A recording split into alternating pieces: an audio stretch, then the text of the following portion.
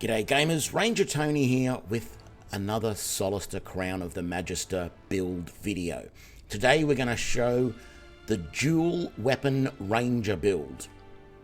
This is based on the early access version of SOLASTA Crown of the Magister. So some information about this build may change upon final release. I don't expect there to be major things, but if new classes come out, if new feats come out, they may change the effectiveness of this build a little bit. So let's dive on in and create a new character. So, what race works well for a dual weapon ranger build? Well, when you do dual weapon fighting in SOLASTA, and in fact in Dungeons & Dragons 5th edition, you have to use light weapons only. At this time, in the early access, there are no feats that allow you to use anything heavier than the light weapon for two-weapon fighting, for dual weapons. So that is unlike Baldur's Gate 3, which does have that. So you need to plan to be using light weapons only. The majority of the light weapons are finessable, which means you should ideally do this as a dex build. You can do it as a strength build, but if you do that, you're better off picking the few light weapons that aren't finessable. And as I said, there's not many of those. So we're going to do a full dex build. I also want to say that I feel dual weapon or two-weapon fighting, as it's sometimes called, is the best fighting style in the game, bar none, because you're getting an extra attack each round, which is an extra chance to do damage. Now, if you've played other games, such as older games, the Neverwinter Nights 1 and 2 series, even Baldur's Gate 1 and 2, Pathfinder Kingmaker, those sorts of games, they gave you the option to do dual-wielding, two-weapon fighting. But in all of those instances, the rules that those games were based on limited you and put penalties on you if you wanted to do dual-weapon fighting. So generally, what they did was they imposed a penalty on your main hand and an even bigger penalty on your offhand when you fought with two weapons. Okay, so it was something like a -4 to hit with your main hand and a -6 with your offhand. And then once you took a feat, which was two-weapon fighting, that penalty dropped on each hand. And then sometimes there were other feats that you could take, which would eventually, after multiple feats, you would wipe out all of those penalties. Right? 5th edition D&D, which SOLASTA Crown of the Magister is based on, is the first rule set that no longer applies penalties on your hit. The only penalty that it applies is you don't get to add the bonus to damage with your offhand. So your main hand is perfectly normal, exactly the same as if you were fighting with just one weapon. No difference.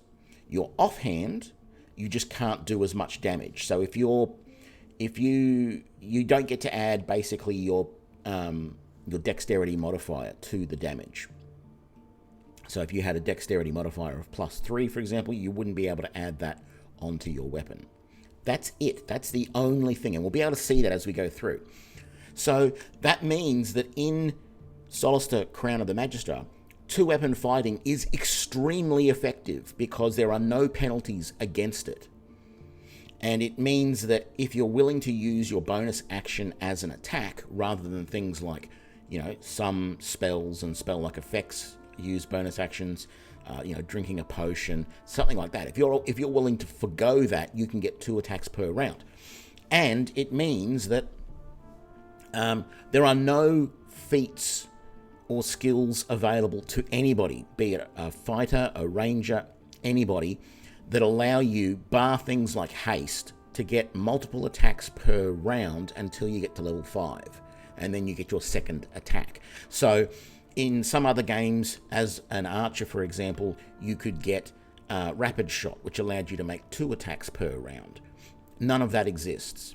There's no way as any sort of fighter, any sort of character, that you can get multiple attacks per round bar some magical interference until you get to 5th level, and then everybody gets a second attack. So there is a huge incentive to be able to do 2-weapon fighting and get those that extra attack per round. You're not going to be able to do as much damage because you have to use light weapons, and the maximum damage that a light weapon can do is 1d6. So 1 to 6 points of damage plus whatever modifier. The plus side, though, so, a one-handed heavy weapon will do generally 1 to 8 of damage, and then a two-handed weapon will do 1 to 8, 1 to 10, 1 to 12, somewhere in that range, depending on the weapon. So if you wanted to play a ranger and use a two-handed weapon, you only get 1 attack per round to do 1 to 12 points of damage. Potentially. Sometimes 2 to 12, depending on the weapon, right? If you're playing a dual weapon ranger, you get 2 attacks. If both of those hit, you do the same amount of damage. You do 2 to 12. If you're using a two-handed weapon and you miss, bang, 0, nothing. But as a dual weapon ranger, you take your first attack and you miss, well, you've got a second attack, another chance to hit. And so you might end up doing half the damage of what the person using a two-handed weapon did, but you've still done some damage. Of course, you can still miss both. That is still possible, but I like that extra chance. That's the way I like to play. So that is why I feel dual weapon fighting is better than any other fighting style in this game. There are no longer the penalties, the massive penalties that you used to get. It's just a minor penalty on the offhand weapon. And that's it. It really is. And once you take the dual weapon fighting style as a ranger, then you don't get that penalty on your offhand anymore. So it's a win-win. You're doing just as much damage with either hand, and it works really well for you. So I recommend dual weapon fighting for any character in the game. It doesn't matter whether you're playing a ranger or not, really. But we're going to show a dual weapon fighting build. And to do that, of course, we're going to go dex because, as I said, most light weapons are finessable. What is the best race to do a dex-based dual weapon fighting? Well, there's actually 2. We saw before that the elves have a dexterity bonus of +2, so they make good options for dual weapon fighting. And we saw that the Sylvan elf with your wisdom bonus makes a really good ranger. So ideally, that's the best one to go with.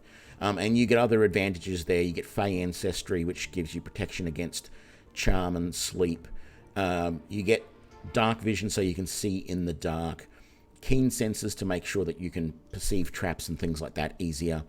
You get a high movement speed. You get a bonus to wisdom, as I said, which is good for you as a ranger. Your Sylvan adaptability makes it easier for you to survive and hunt. So that's all really good for a ranger. And of course, if you decided to pick a high elf, it wouldn't matter. That's still a very good class, a very good race for ranger. The other option, though, is the halfling. And so I'm going to build this on a halfling. Okay, so they have a +2 dexterity bonus, and they have an advantage against being frightened, which is good. The lucky is a really nice ability as well. It means if you roll a 1 when you do an attack or have to do an ability check or a save throw, you can re-roll that dice. Now, it could re-roll and you could be unlucky enough to get a 1 again, but that lucky is is good if you need it. You may never need it. You may never roll a 1, but it's there in case you need it. Out of the sub races, do you go Marsh Halfling or do you go Island Halfling? There really isn't much in it. It doesn't matter. The charisma bonus is nice though, so I would go Marsh Halfling. Okay, and you get you're good at swampy terrain, so that's good for a ranger as well. So we're going to do this. We're going to go with a halfling, but as I said, you could go high elf, and you could do this in any of the races, really. You just have to make sure that dexterity is your primary attribute. So we're going to choose a ranger. This gives us saving throw proficiencies on strength and dexterity.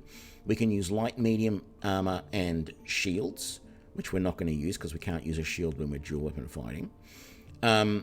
Simple weapons or martial weapons, which is the same as a fighter, so that's basically covers all weapons, so you're good there.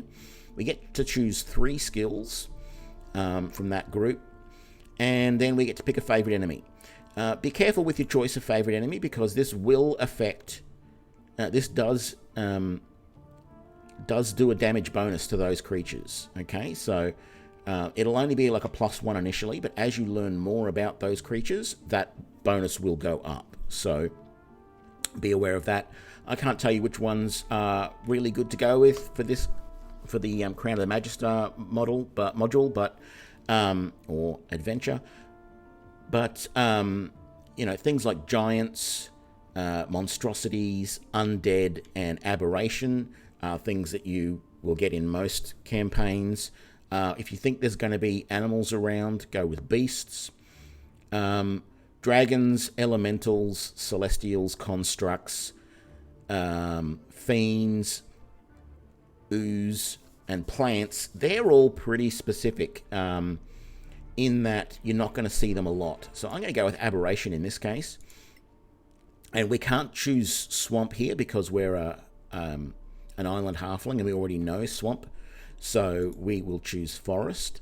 And as far as equipment goes, you have a choice here. You can either go with the leather armor, right, which will give you an armor class of 11 plus whatever your dex bonus is. I recommend that because you're going to have a high dex anyway, and that will allow you to sneak better. But if you want to go with the heavier armor of the scale mail, that will work well as well. You're better off choosing short swords, but there is another option, and that is... no, there isn't actually. I thought hand axe was finessable, but it's not.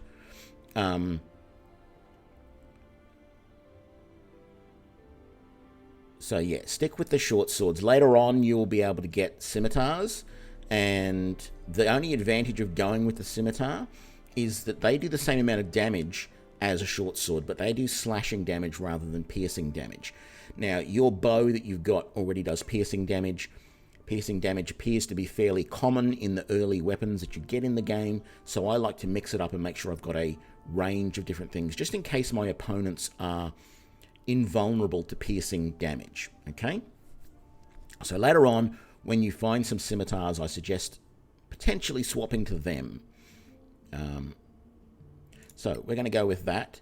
Do keep your bow, and do use your bow. Even as a dual weapon ranger, I carry my bow in my hand at all times so that when combat starts and we're a distance from our opponents, I can let the opponents come to me and I get some free rounds of attack at them.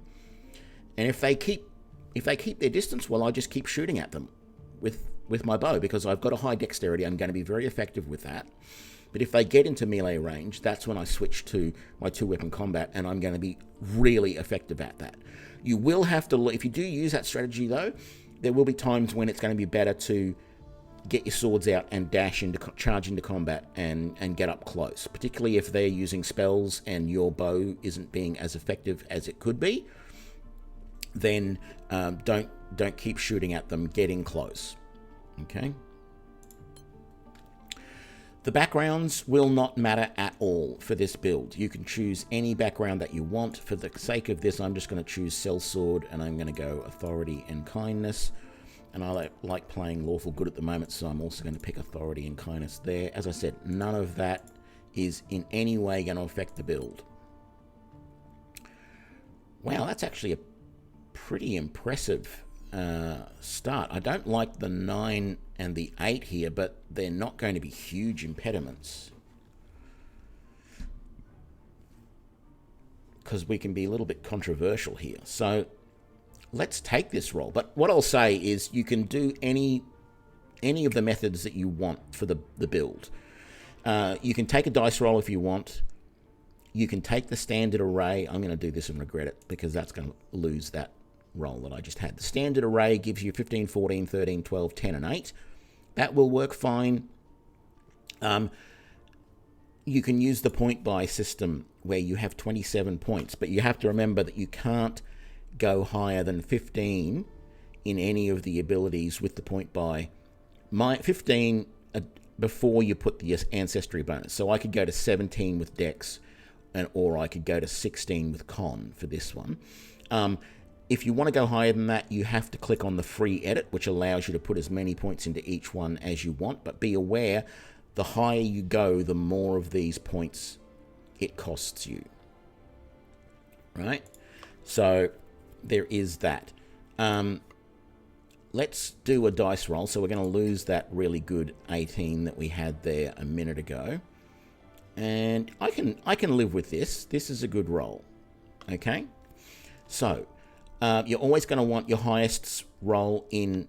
Sorry, first of all, the reason I like this roll is it's got 3 values of 16 or higher, which I like, and I recommend, or at least 1 value of 16 or higher, 2 that are 14 or higher, and the other 3 should be 10 or higher, ideally. Okay, so the low ones, we're going to put 10 into intelligence, we're going to put 13 into charisma. Now, we need...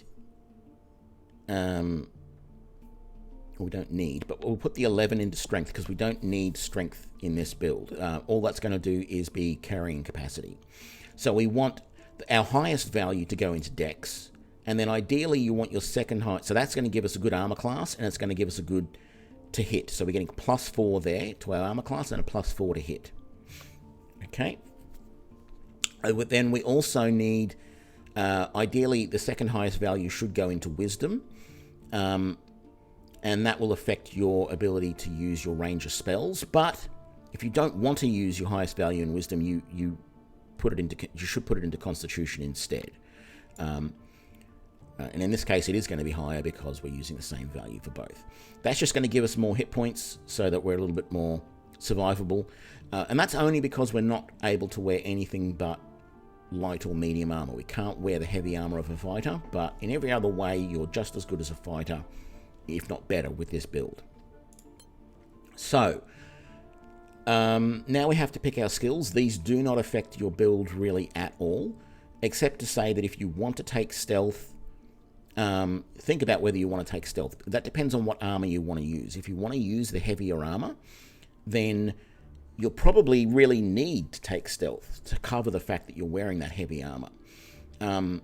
But some people don't really build stealth builds. Sometimes I don't use stealth very much. Other times I do. So it just depends on the party that I'm going with and things like that. In this case, other ones that are good are survival, perception, investigation, and insight. I'm going to take investigation in this case. Languages. For me, I always do this rule with languages. I don't pick any of the languages that my companions could be. So I don't pick Dwarvish, Elvish, or Halfling. I pick languages that are outside that. So either monster languages or the dead languages. So Giant, Goblin, or Orcish, Terran, or Old Temerian. Those are the languages I pick because I can get I'm building companions, and unless I'm being very vanilla and building them all of the same race, we're likely to cover a lot of these. So if I've got a dwarf in my party, then we'll know Dwarfish. If I've got an elf in my party, quite frankly, we'll know Common, Dwarvish, Elvish, and Halfling, because they know all of those by default. So any of those sorts of ones, that's why I don't bother with them. So in this case, the language I'm going to pick is Giant. What you look like and what name you use is not going to affect this at all. So there we are. We've built our Ranger. Let's start leveling him up. So at level 2, we get to pick our fighting style. And this is where we pick 2-weapon fighting. And this basically adds your ability modifier to the damage of the second weapon. So you can see that over here. I was talking about this before. We are +6 to hit. So that is a combination of our proficiency bonus and our dexterity bonus. So we can see that there are no penalties on either hand to hit with our 2-weapon fighting.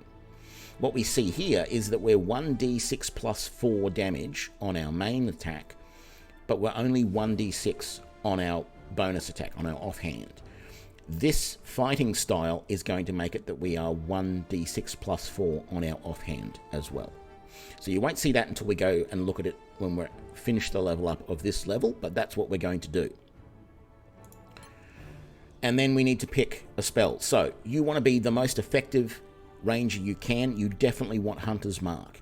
Hunter's Mark, once you use it on an opponent, gives you a 1d6 damage bonus when you hit that character. Now, be aware, if you're using Hunter's Mark and you are in melee against your opponent, Hunter's Mark requires concentration.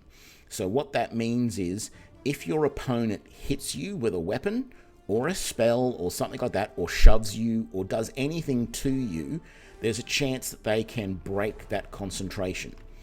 And if so, you lose your Hunter's Mark and you have to reapply it. Okay? But if you can keep that Hunter's Mark going, then you will get an extra 1d6 on every hit, whether it's with your main attack or your bonus attack. So be aware of that. It's really nice. And I definitely recommend it. The rest of the spells are up to you. Fog Cloud can be useful. You get an advantage attacking into the cloud, and any opponents in the cloud get a disadvantage attacking out. But the rest of this stuff is really just okay. Jump can be useful in certain situations. Long Strider can be great if you need to move quicker, and as a halfling you don't move as fast as everybody else, so it can be useful.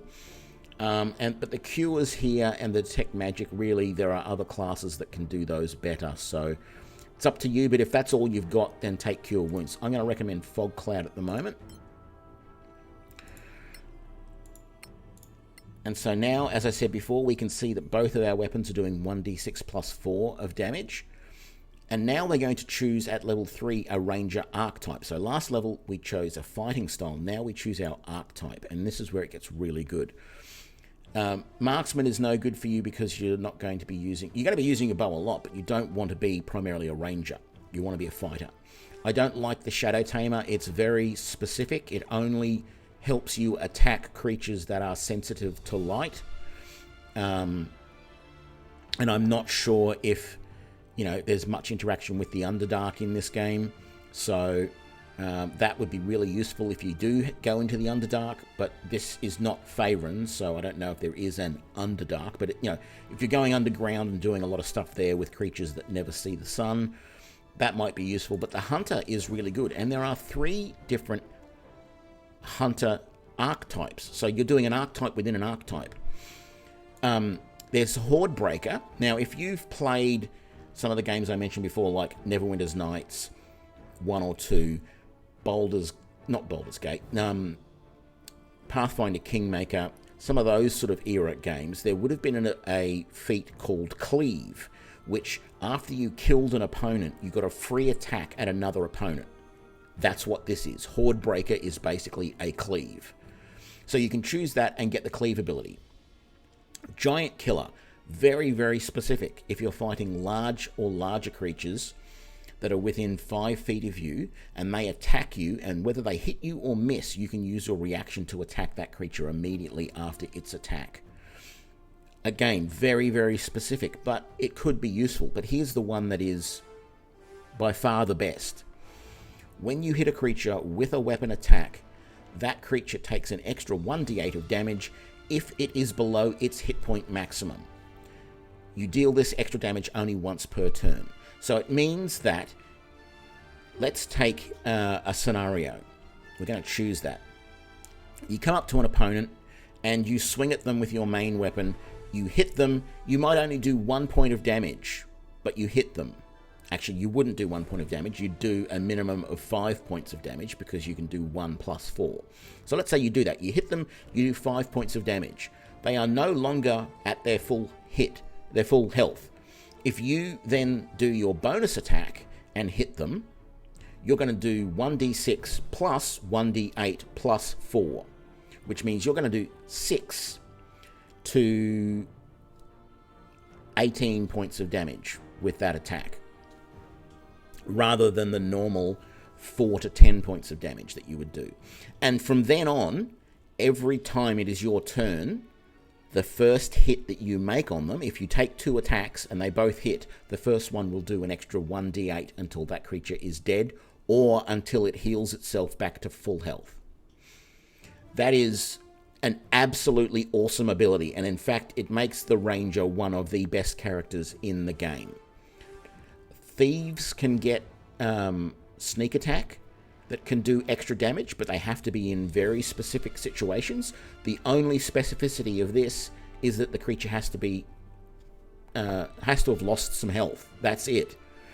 So it is really super powerful in this. So that's what we're going to take, and you are already the most powerful fighter in the game at this point. We need to take another spell.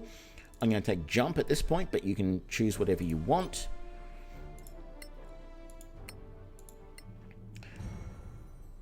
We get to now either increase an ability score, or we get to choose a feat. I'm going to show you the feats, but I'm going to increase an ability score, and I'll explain why in a minute. So the feats that are going to work well for you. All of these ones that start with Creed will increase one of your ability points by 1 and give you some other ability. So for example, the Creed of Einar increases your strength by 1 and makes you proficient with strength saving throws. You're already proficient with strength saving throws, so forget about that. Creed of Marseille, again, increase your dexterity by 1 and proficient with dexterity saving throws. You're already that, so don't bother taking either of those. That's probably why they give you that little... yeah, it already tells you that. You already possess some of the benefits, making it less useful. And that one's not really useful to you. So what are the other ones that are good? Armor Master gives you an extra 1 armor class if you want to take that. Might of the Iron Legion allows you to wear heavy armor if you want to go down that route. I don't recommend really taking either of them. The other 3 that I think are really good. Enduring Body gives you 1 extra hit point per level and increases your constitution by 1. Okay? So in this case, that would be pretty good, because that would get our constitution to 18, giving us a +4, which would already give us 1 extra hit point per level, and then we would get another extra hit point per level based on that. So we would actually get 2 extra hit point per level from now on. So that's really good. Hard to Kill is another really good option, because if you do get knocked down, if you do get to 0 hit points and you get knocked out, you have to make a death saving throw. And if you succeed 3 times, you get stabilized. If you fail 3 times, you die. But if you succeed 3 times, you not only become stabilized, but you immediately regain 1 hit point. And if one of those death saving throws is a critical, you actually regain 2 hit dice immediately. So that's really useful if you are going to be one of the main fighters in the group and potentially up in front in battle, taking a lot of damage. So seriously consider getting that one. The other one is if you're concerned that your concentration is getting broken a lot when you're using Hunter's Mark, take Flawless Concentration. You can sustain up to 10 points of damage without needing a Constitution saving throw to maintain concentration. Okay, so that's really nice. It lowers that threshold for what requires a concentration check. Meaning you can keep the Hunter's Mark on your opponent much longer and keep doing that extra 1d6 of damage on your opponent until they're dead. So I would recommend those. But at this point, at 4th level, we are going to take the ability score increase, because that allows us to get our dexterity to its maximum of 20, which increases our to hit by 1 from plus, well, our bonus from 4 to 5, but it means our to hit is now +7, but it'll actually be +8, because once we go up a level, we get another bonus to that. So our proficiency increases by 1 at next level. So we're going to take that now, and that's just going to make us much more effective at the next level.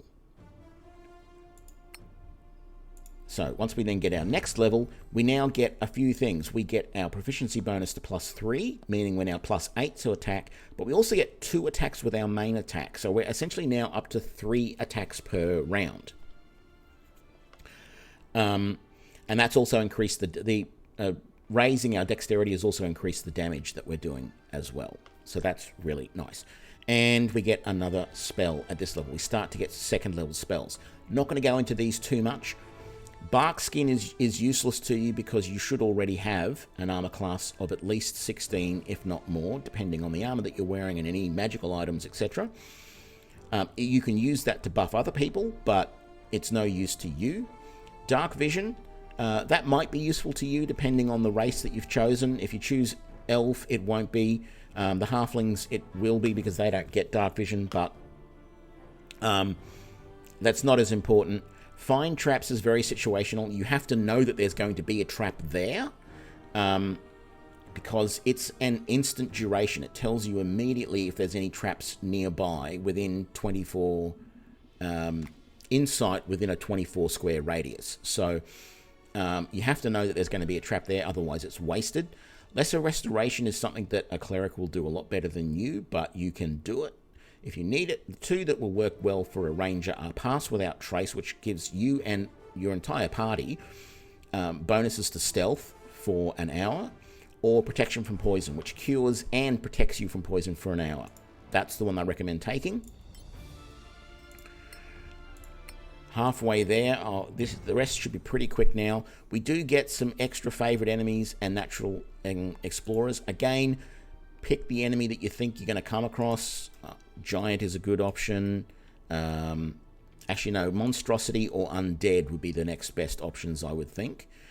Giants are pretty rare in certain adventures, but I think there might be a few of them in this one.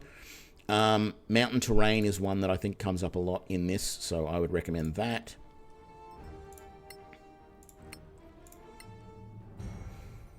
Okay, we only get another spell at this level. Pass Without Trace is what I'm going to recommend. You can take 1st level ones. You don't have to take the highest level possible. So if there was something over here that you hadn't taken yet that you wanted to, you could.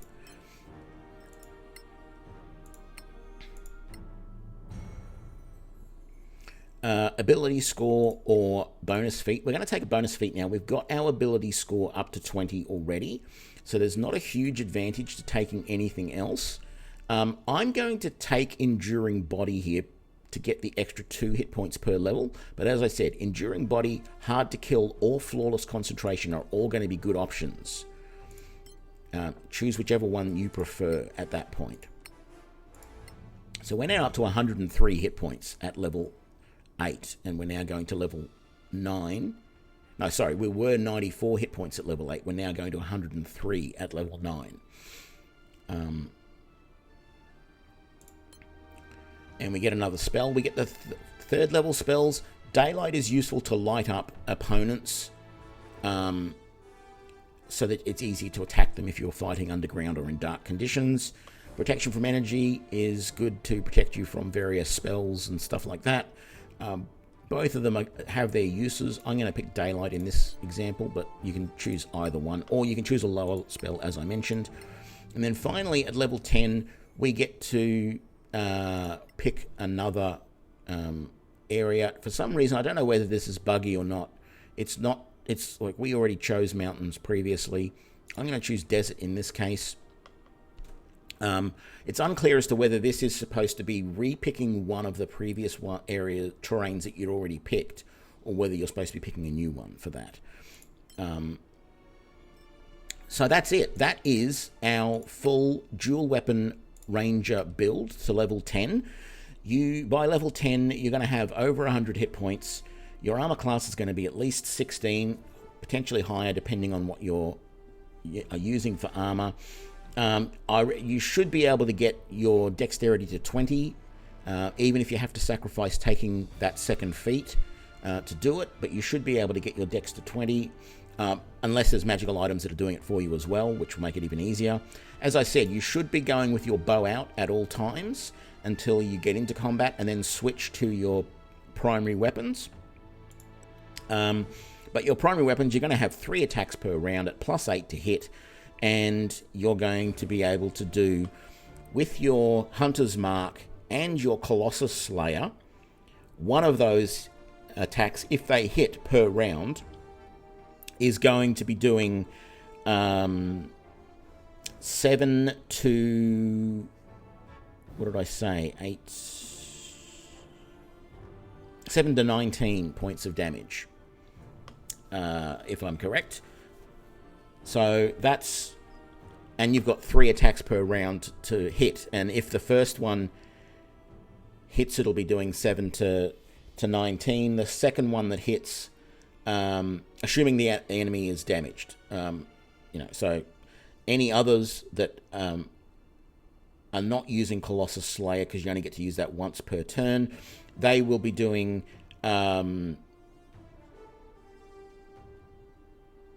it was 8 to 19. They will be doing 7 to 17. Really? No. 12 and 5. It's not 8 to... okay. 5 and 3. Yeah, so 8 to 12, 25. 8 to 25, sorry, with the Colossus Slayer. 8 to 25 with Colossus Slayer and Hunter's Mark. 7 to 17 with just the weapon and Hunter's Mark. Okay, so really effective character build. As I said, I believe 2-weapon fighting is the most effective fighting style you can use in this game, bar none. Even a fighter doesn't have better options.